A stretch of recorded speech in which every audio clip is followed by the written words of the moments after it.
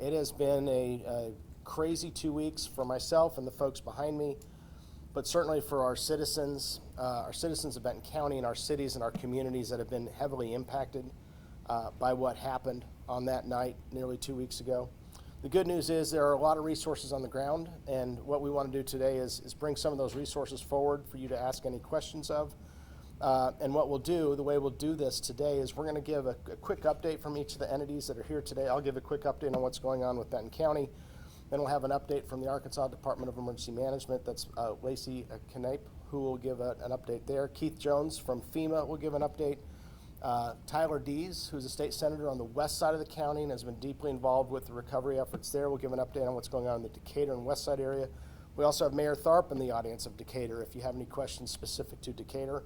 Stephanie Orman, Mayor of Bentonville, will give a quick update, as will Greg Hines, our Mayor of Rogers. And then we're going to finish it up with Jeff Webster, who's with the Accelerate Foundation and helped get off the ground the Benton County Relief Fund. So we have a lot of information to share with you today, and we'll do so in rapid order. Let me start with the Benton County update.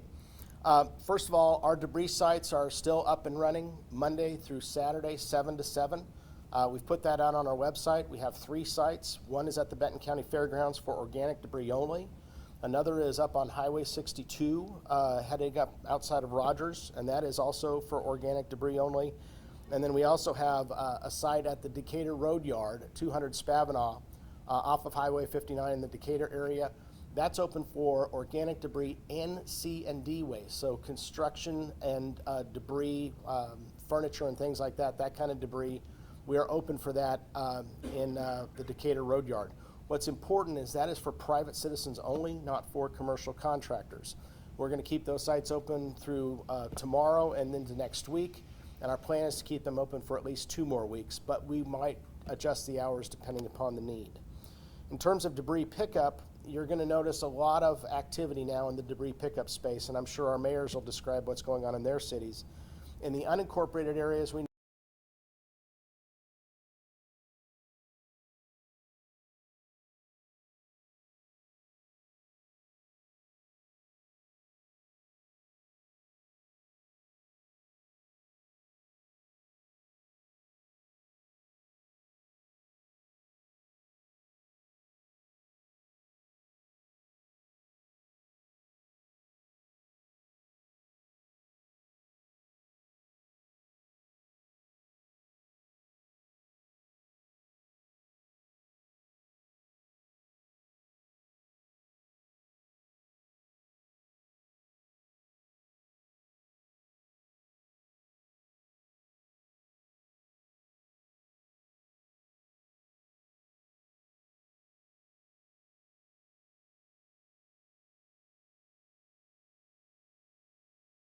pay their taxes, get their tags and things like that. Those 3 sites are open. Those were closed for a period of time because all of our servers were down. Also, all of our online activities with regard to assessment and collection are open as well. Our Rogers office, which is our largest office on the east side, is still down, but we hope to open it back up on Monday. And the DMV section of that, for those that want to do licenses and tags with the state, they're hoping to be open on Tuesday. So we're hoping to have our Rogers offices open on Tuesday. I finally just want to thank some of the charities. There have been so many charities involved in helping out, so many nonprofits. The Red Cross has been incredible. I've been on the phone with the Red Cross nearly every day, and they're diverting resources to wherever they're needed. Sheepdog Impact Assistance, we're all familiar with those guys. They've done a great job. Samaritan's Purse, I toured the west side with Samaritan's Purse, and they're already helping people on the west side. And a lot of church organizations. The Mormon Church, the United Methodist Committee on Relief, and many others have been so instrumental in helping. And we want to keep those efforts going. We've heard of this thing called volunteer fatigue. I'm sure that's setting in, but to the extent that those organizations can keep up their work, we really appreciate that. Finally, we've initiated and started with the Accelerate Foundation, the Benton County Relief Fund, and you're going to hear about that a little bit more from Jeff Webster, who is the Executive Director of Accelerate, here in just a few minutes. But we're very proud of the Benton County Relief Fund and hope folks will consider either donating to that fund, or if you're in need, you can fill out an application to receive a contribution from that fund if you have a disaster-related need. So with that, what I'm going to do is I'm going to turn it over now to State Senator Tyler Dees, and he's going to give an update on what's happening on the west side of the county. Thank you. Good afternoon. My name is Tyler Dees, and I have the joy and pleasure to serve as a state senator in western Benton County. And I can tell you the recovery relief efforts are strong. The people are resilient. Specifically in the Decatur area, I wanted to just give a quick update that we're so thankful for the efforts of so many different people. In coordination with the mayor, Bob Tharp, and with a lot of local organizations, we have a lot of opportunities to give back to the community. So today I want to make sure that people are aware that FEMA is on the ground at Falling Springs Church in western side of Decatur. They're able to help folks there. There's also mobile showers and other facilities available for people in need on the western side of the county. And then also at First Baptist Church in Decatur, groups like Simmons Foods, Generations Bank, and many others, Farm Bureau of Arkansas, have been feeding folks nonstop. And so if you need a hot meal or lots of supplies, there's a plethora of supplies at First Baptist Church. And so that is open from 8 to 8 every day. And so would like to send folks out that way if they need anything at First Baptist Church in downtown Decatur. So very happy about that. And then we get a lot of calls from folks that are asking, how can we support, how can we get involved? And there's really a few ways I want to highlight for folks. First off, there's a group called Western Benton County Partnership. This is a new organization, Western Benton County Partnership. It's in coordination with a lot of superintendents and mayors and the larger employers in the western side of the county. They have set up where you can donate to them, and it will highlight and focus on support on the western side of the county. So you're welcome to reach out to them and donate that way. And then also I want to highlight that we've been in coordination with a lot of the superintendents, specifically in the neighboring communities, Siloam Springs, Gentry, Decatur, and Gravette, to build a student volunteer program. And so as many people know, through the LEARNS Act that we passed this last year, there's an element of community service hours for students. And so we've brought that to the attention for a lot of these school districts and have built a program. In fact, today was the first day. We have over 40 students today walking fields, cleaning up debris, and helping folks out at their homes today, right now. And we'll be doing that again next Friday.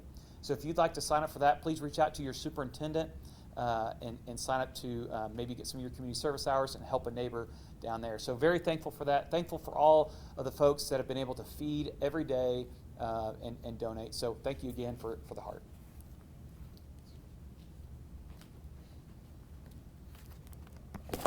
Stephanie Orman, the mayor of Bentonville. So I want to say thank you to all the volunteer groups. I'm not going to reiterate what the judges said. Most of those are also operating in our city as well, but I want to give you a little bit of specific information about the city of Bentonville and where we're at with our debris removal and cleanup.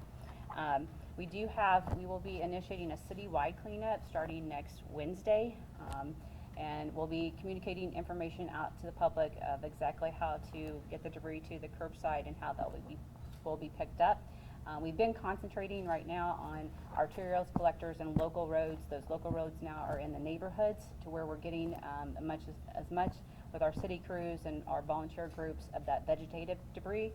And we've been fortunate that we do have a compost facility that's located in the middle of the city that everybody has been able to bring that to. And as of the day yesterday, or beginning of the day yesterday, we had about 30,000 cubic yards that had been taken to that facility. So we continue to work with all of our volunteer groups. Again, I'll reiterate what Judge said, is making sure that the volunteer groups don't get the volunteer fatigue and continue to work with our community. There are a couple of specific things in the city of Bentonville. We do have our own electric department, so you can contact our utility billing if you need a power outage letter for insurance purposes.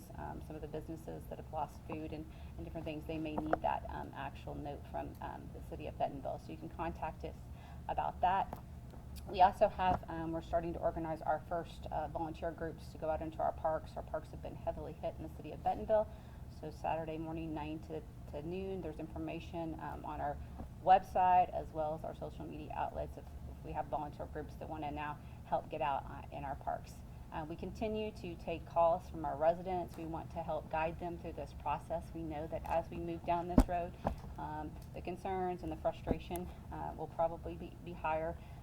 We want to make sure that they know about the resources through FEMA at the disaster recovery site at NWAC. We want to thank NWAC for opening that facility up in that way. And again, if we can answer any questions from the city of Bentonville for our residents, just please give us a call. Our website, bentonvillear.com, has a disaster page on that. We have some other specifics. We have until June 16th, we've lifted our burn ordinance here in the city of Bentonville, so you can burn. We have gotten several questions calling in with that. There are guidelines with how to do that safely, and we do ask that you call that into us so that we know where those are happening and we can monitor those. So those are some of the specifics for the city of Bentonville. Again, please reach out to any of our city offices, and we will continue to work with our residents. If on the electric side, what we are down to now is the reconnect, so they may have some work from licensed electricians that need to be done at the home, and then they can call us and we're connecting those. Again, all trash service should have been restored. We have maybe one road right now that we're still waiting on a franchise cable provider to bring the line up, and we'll get that down. So hopefully we've been able to collect all of that for our residents. And I think that's the update for Bentonville.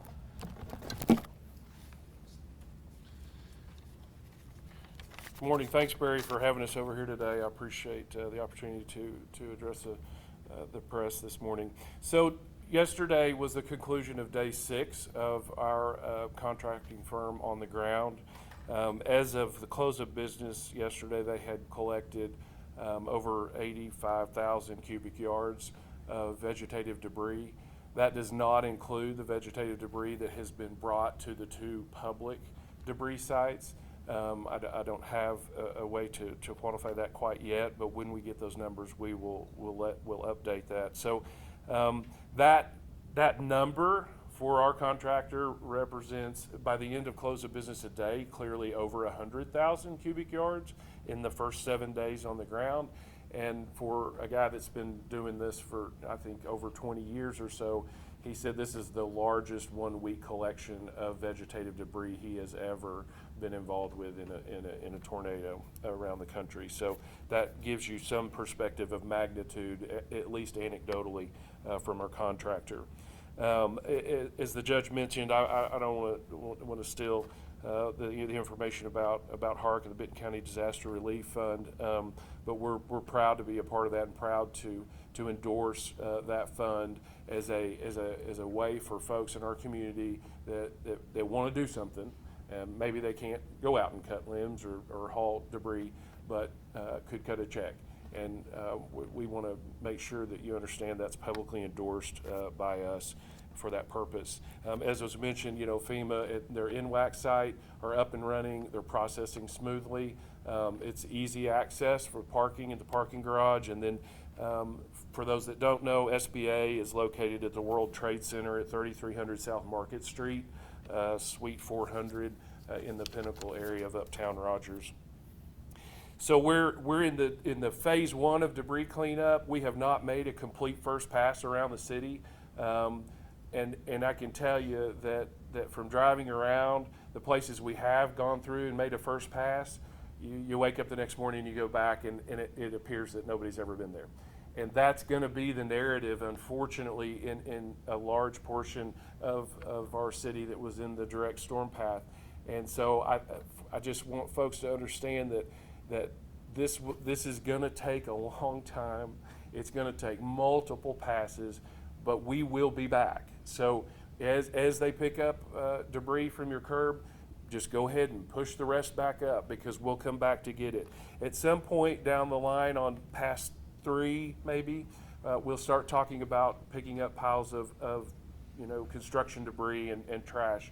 But in the meantime, if you're going to put those out at the curb, again, as has been mentioned but cannot be reiterated enough, please make sure those are segregated, separated, and that those that the debris is not on top of utility meters or against guide wires or fire hydrants or other obstructions that could be damaged as a result of picking up the debris. That's extremely important.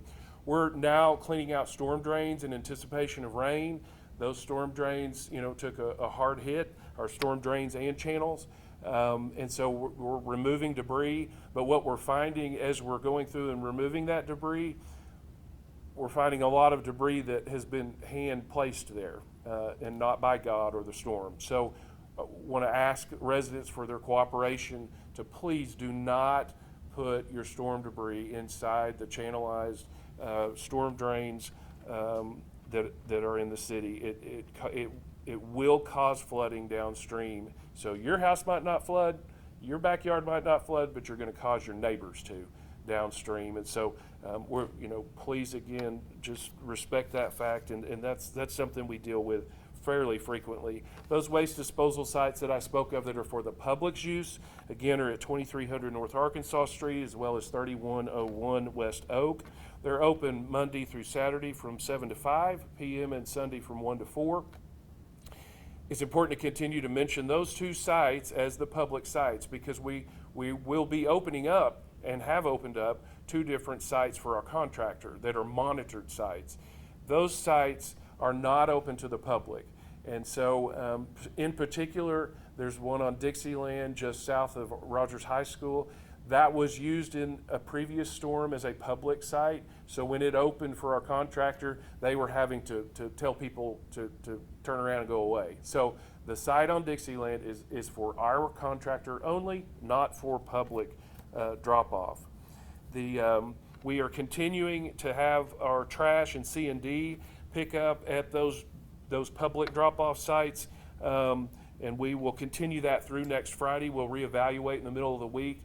I will note that we are starting to see some abuse in the C&G, in the construction debris drop-off, and so we'll continue to monitor that, and we just encourage our residents to make sure that when you're visiting that site that it's for storm debris and not for other private trash collected somewhere else. We also, at this point we're starting to see an uptick in complaints about bad actors and folks going door to door. We have a peddler's ordinance in Rogers where you have to get a city license to be able to go door to door to sell services or goods. So that's one way for folks to verify who they're speaking with. But watch out for the scammers. They're out there, and we want to make sure that our residents are not fall victim to these scammers who some are out of town and some aren't local. That concludes my remarks.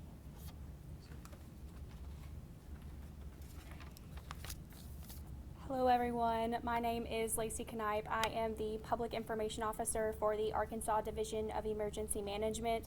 Here with me I have Nathan Murray, who is the Deputy State Coordinating Officer, so he will be here to answer any questions you may have at the end of the event. The Arkansas Division of Emergency Management has been working alongside FEMA since Sunday, May 26th to help coordinate all response and recovery efforts for individuals and infrastructure. A disaster recovery center has opened in Benton County in the Becky Panitz Student Center on the campus of the Northwest Arkansas Community College, as your judge and your mayors have talked about. The center will be open every day from 7 a.m. to 7 p.m. Local, state, federal organizations will be available to help impacted individuals who may have questions about how to apply for assistance or questions about their applications they may have filled out online. We know many impacted individuals have questions about debris removal. That's a subject that's been touched on a lot at this press conference. We urge you to sort your debris into separate piles and to move it to the right of way. Those debris categories, I'll go over them again. They're vegetative, construction and demolition, white goods, electronics, and that hazardous household waste. If you have questions about debris removal, please reach out to your local government or county emergency management for assistance with debris removal. You can also contact the Crisis Cleanup Hotline. That number is 479-358-1131. Samaritan's Purse is also available to help with debris cleanup. Their number is 479-644-4425. The Crisis Cleanup Hotline will only be active through Friday, June 14th.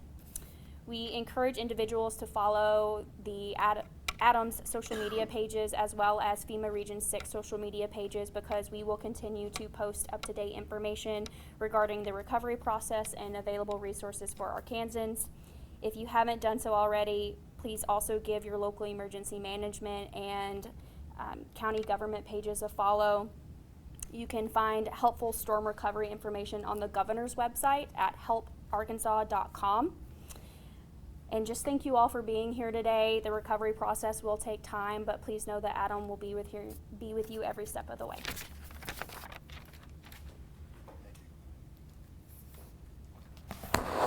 Good morning. My name is Keith Jones. I'm an External Affairs Officer with FEMA. I'm here with the Deputy Federal Coordinating Officer, Frank Afrace. I'm thankful for the opportunity to come and speak with you today. I've been visiting all the impacted areas over the past week, and I've had the opportunity to speak with Arkansans and hear their stories of surviving the incident, and they're truly impressive. I've also been impressed with how quickly your local officials and first responders and community members have cleared all the roadways to make them passable so we can get to work. I want to reiterate what our FEMA administrator said last week when she was here, when she visited Arkansas, and that was how you have all shown great resiliency by helping your neighbors through this initial recovery. We know there's work to do, and FEMA's going to be here every step of the way. As you clean up from severe storms, we want to remind you to be cautious. If you're using a chainsaw to clear debris or a generator to power your home, be sure to wear the proper safety gear, operate within your skill level, and follow the manufacturer's instructions. Recovering from a disaster takes a whole community approach, and there are many local, state, federal, and community partners here to help. We have teams on the ground, and we're looking to open disaster recovery centers. There's one open, as previously mentioned, in Bentonville, at the Northwest Arkansas Community College, at the Becky Parent Student Center. You can access that parking garage off of Water Tower Road.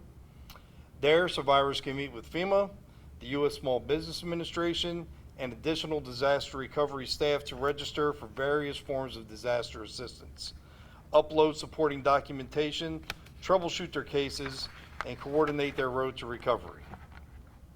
Additionally, we have mobile registration intake center sites providing registration assistance in Decatur at the Falling Springs Community Church, and they are either canvassing neighborhoods and knocking on doors or setting up in public buildings in other declared counties to help residents apply for assistance or to answer any questions. Federal disaster assistance is available here in Benton County, in addition to those living in Baxter, Boone, and Marion counties. And there are 3 ways to apply, even without going to a disaster recovery center. You can go to disasterassistance.gov.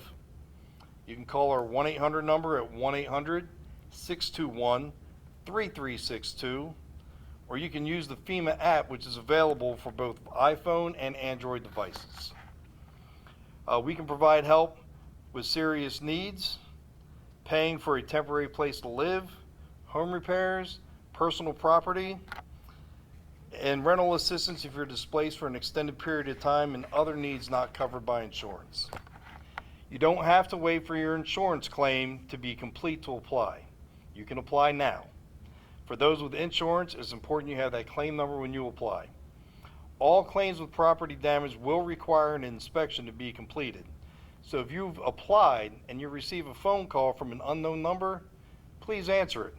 It could be one of our inspectors trying to schedule a time to meet with you, and we don't want you to lose your window of opportunity just because you won't answer the phone. As of this morning, nearly 2,300 applicants have applied for disaster assistance.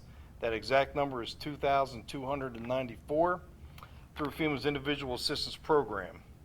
I want to reiterate that the funds provided by FEMA are grants and do not have to be repaid, but you will have to save your receipts. You can also apply for a low-interest loan from the U.S. Small Business Administration at the same time to cover any unmet needs. Once again, if you've been affected, please apply soon. Your life can change in an instant, but it can take weeks and months to recover, and we'd like to start that as soon as possible. Thank you.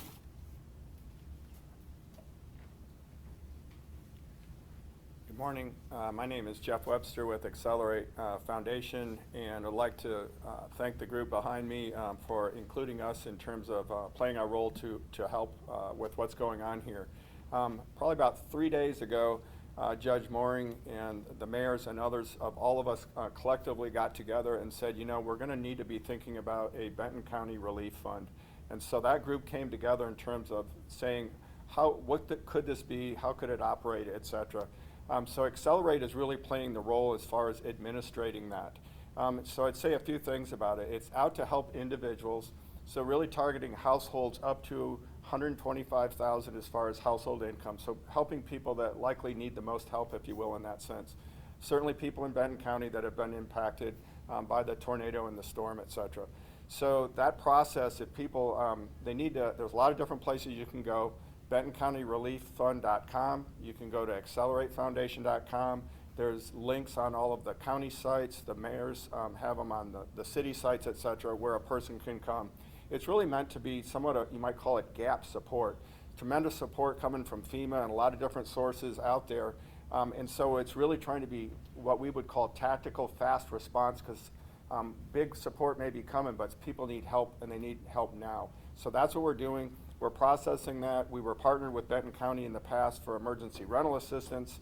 Great partnership. So we're gearing our team and expanding that up to be able to be very timely on that. I think we started about 2 days ago. I'll talk about donations here in a second, but we've got checks are going out every single day. So this is not wait a long time. We've got at least one round, if not multiple rounds of checks that go out each day. So individual support. So the primary part of this is that fund.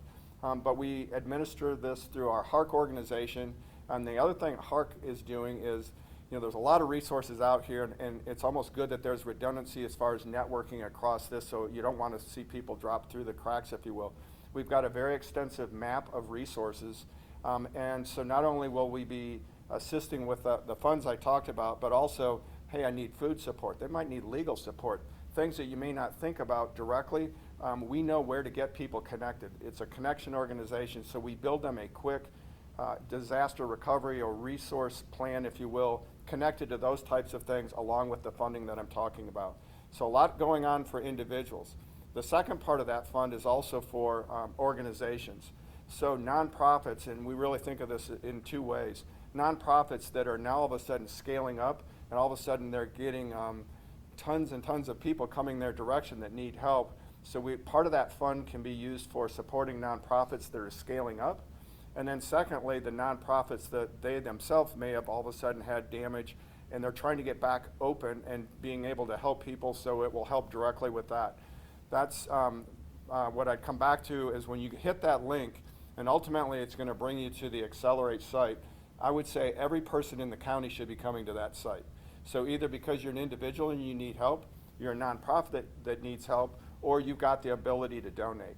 So we've already, we started this 2 days ago. We've got a little over $700,000 already has come in. That's a combination of philanthropy, businesses, and individuals can contribute. And $10 matters when you're out to help people, and it all scales and builds up. So there's an opportunity to do that. It's tax deductible, it's fast and simple, but we'd encourage everybody within the county to contribute to that fund to help your neighbor, if you will. Thank you. Any of us can take any questions that you all have. Hi, this is for Jeff.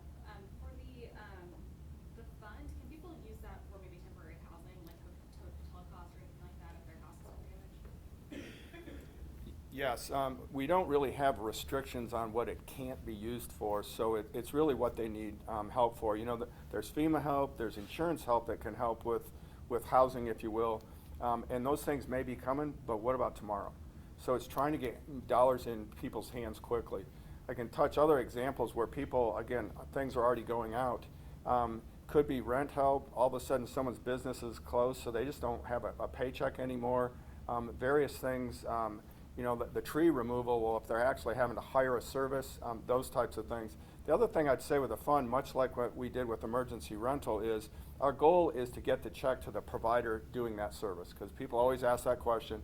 That's our goal. Is that exclusive? The only way we can do it? No, but that's what our goal is. Yeah. Have people already started applying for the service? Yes, we've had right about 500 people in the last 2 days already have come to us, and we're processing those people as we speak, getting checks out. We've already had 2 or 3 batches of checks going out already, so trying to be timely as we can be. Who's eligible for this? Is it only people in the county? Are there specific groups that are eligible? There's really only 3 eligibility requirements, I'd say, in it. Yes, Benton County. That's what it's all about. People that have been impacted by the storm, that's my second point, and really households that are $125,000 income or less. Okay, and does this money have to be paid back at all? No, it's a complete grant, yes. Yeah. Is there a cap to how much money you all are providing? On an individual basis, it's somewhere around $1,000. Unique exceptions, we can go above that. At the organizational sense, that's around $25,000, and it just depends on what those needs are. Do they have access to other resources? And can we put together, again, for the individual, can we put together beyond those dollars through other types of help that we know how to get that perhaps might be pro bono? You know, given a check to go to the grocery store, well, it may make sense to go to the food pantry and use the dollars we have for other needs that they have, et cetera. Any other questions? This question is for you, actually. Do you know how many houses and buildings have been destroyed from the storms? I have a county count, which, it's funny, I just got that before we started here. This is a count for Benton County, which should be inclusive of the FEMA numbers, but there may not be complete overlap. Right now, we're looking at almost 2,600 reported properties impacted by the storm, 75 destroyed, 265 major damage, 893 minor damage, and 1,267 that are affected. That's what we have reported to Benton County.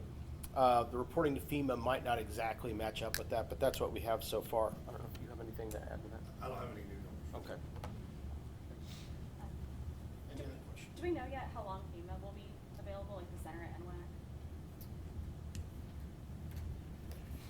So I'm part of an incident management assistance team, and we come out in the first part, and we also bring people along for longer periods of time, but we will stay here until the incident is complete. It starts off with individual assistance, which is why right now we're really talking about application, but there's also public assistance and mitigation that will take months and into years to help communities come back. So FEMA will be here for a while. Let's say, months and years until getting all of that approved. But we may not be walking around with our labels on for a lot of months. You may not see us, but we'll be working behind the scenes with Adam and your local officials for a while. Thank you. So Benton County has a lot of minorities in the county that don't speak Spanish or don't speak English. They speak Spanish or another language like Marshallese. How are you guys reaching out to them, making sure that they're getting those resources that they need? So a couple of things on that. As a person contacts Accelerate, which is our HARC organization, we have folks on staff that are Marshallese, Latino backgrounds, et cetera. So the language skills, we have all three of those. As we're getting the word out, if you will, typically things on our website, as you come in there is written, you got an option of all three languages, English being the third. And then we're also developing flyers that we'll start getting out in the community so that people can read those and understand where to go as well.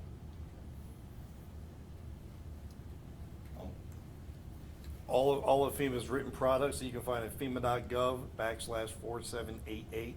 That's the disaster number. Are in English, Spanish. We have Marshallese as well as a number of other languages. Anything that gets reported here, we have translation services that translate all of our written documents into those other languages, as well as help for those that are hard of hearing. And when it comes to those FEMA applications, how soon can you expect, between applying someone to reach out to come and tour and then receiving that aid? Well, Frank, tell me if I'm wrong, but I've seen it happen. It can take a few days. I mean, I've seen it happen as quickly as a day. It just depends on when everything gets complete.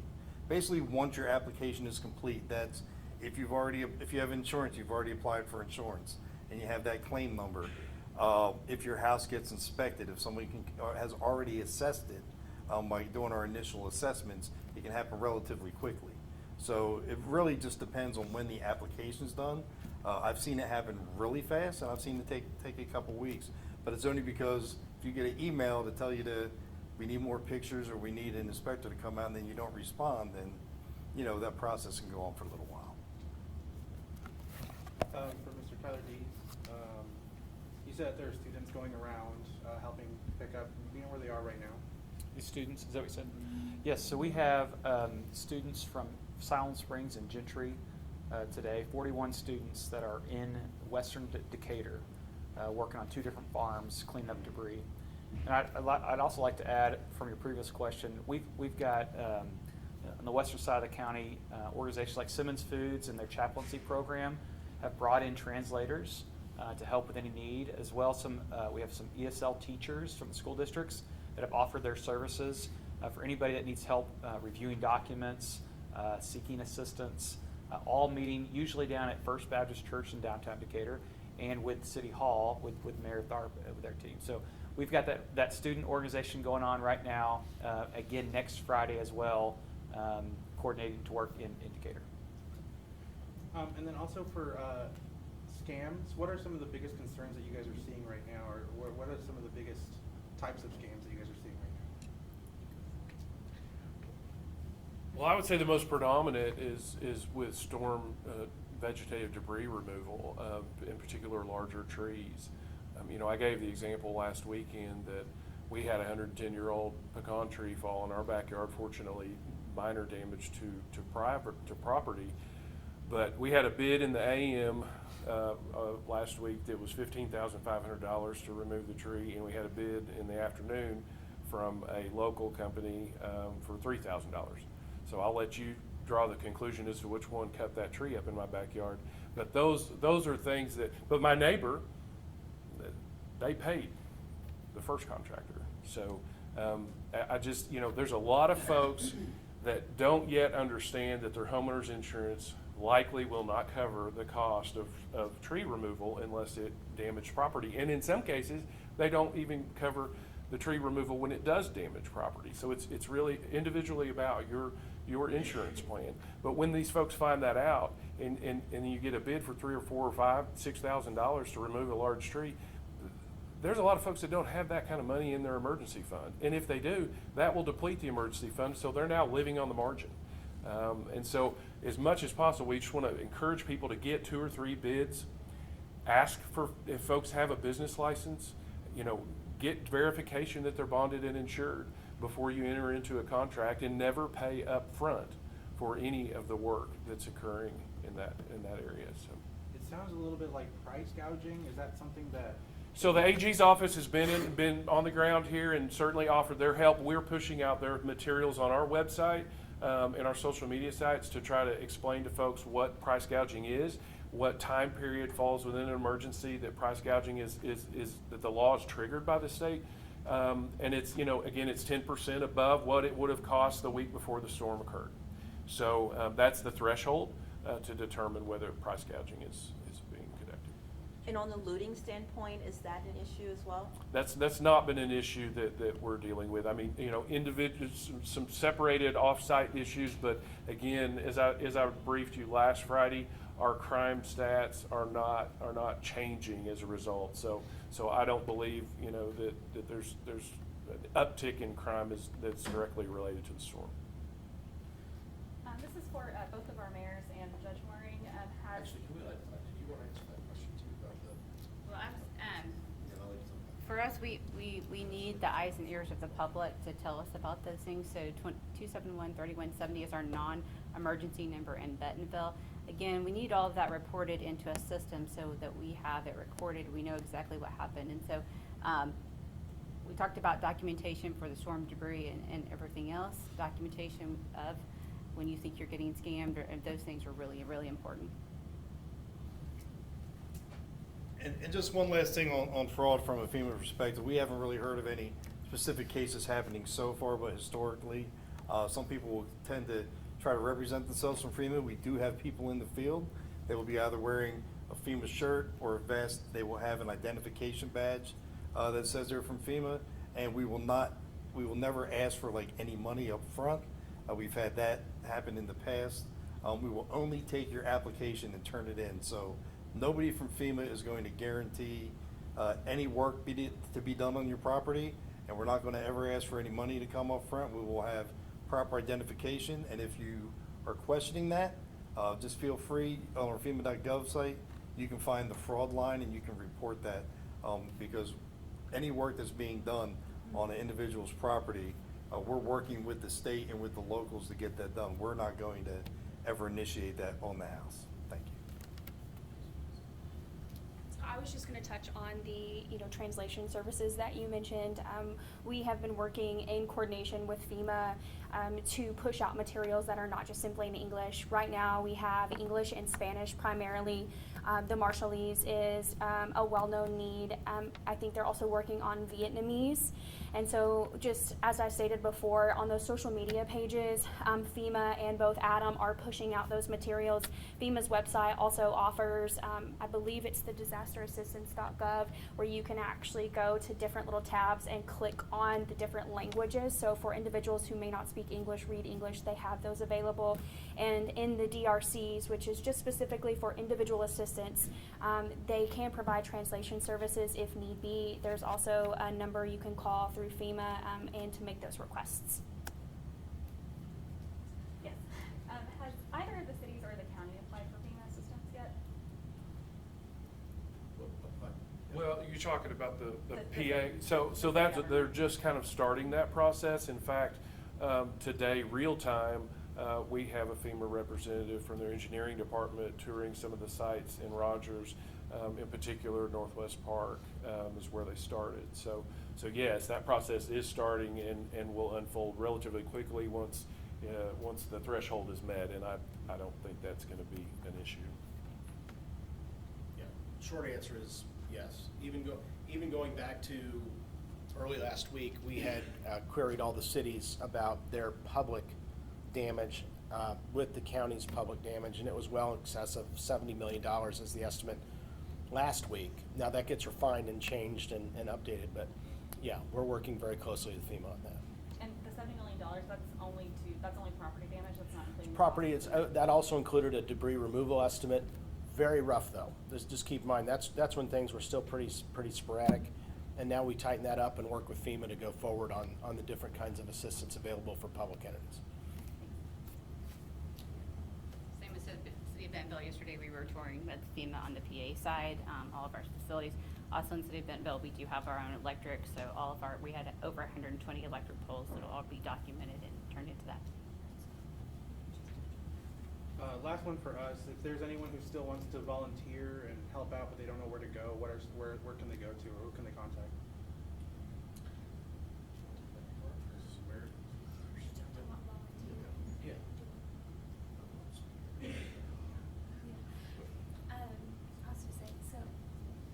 I'm going to bring Nathan Murray up, who can address some questions. But the helparkansas.com, which is the governor's website, they do have a list of volunteer organizations that you may want to contact and reach out to, because they may know specific areas where you need, where there are needs. Hey, good morning, y'all. Your Deputy State Coordinating Officer, Nathan Murray. So pretty much what we're looking at, I'm going to circle back with the public assistance. We're still doing preliminary damage assessments as we speak. We hopefully to have those done very soon. That is for public assistance. That is to help the infrastructure base for your tax bases for our county and cities as well. So we're working hand in hand. The state is here. We're coordinating very well with FEMA as well with our local partners and our county governments. So with that answer, we are in the process again, just really trying to get that pushed out and try to get those add-on counties as well. This was a violent event. We're looking at 12 total counties that was impacted with these storms.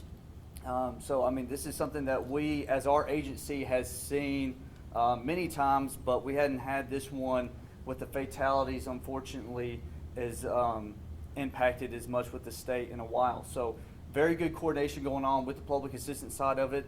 Really urge for our media as well with our county officials and city officials, have your residents go to your disaster recovery center. So we heard that terminology, DRCs, disaster recovery centers.